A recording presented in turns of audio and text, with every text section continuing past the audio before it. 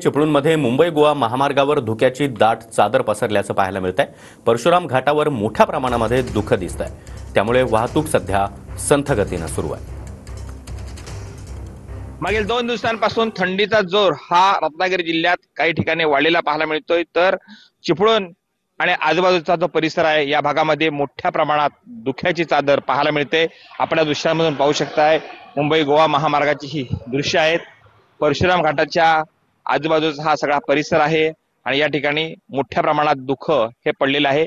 यामुळं वाहन चालकांना संत गतीनं वाहनं ही परशुराम घाटातून हाकावी लागत आहेत। हे धुकं आहे हे अशा स्वरूपाचं असतं आणि यामुळं वाहन चालकांना मोठी समस्या निर्माण होते। संत गतीनं वाहतूक असते ही चालू असते।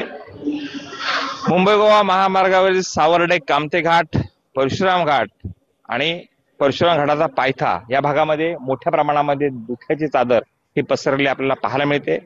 या ठिकाणी मोठ्या प्रमाणात धुकं पडल्यामुळं इथं वाहन चालकांना संत गतीनं वाहतूक करावी लागते।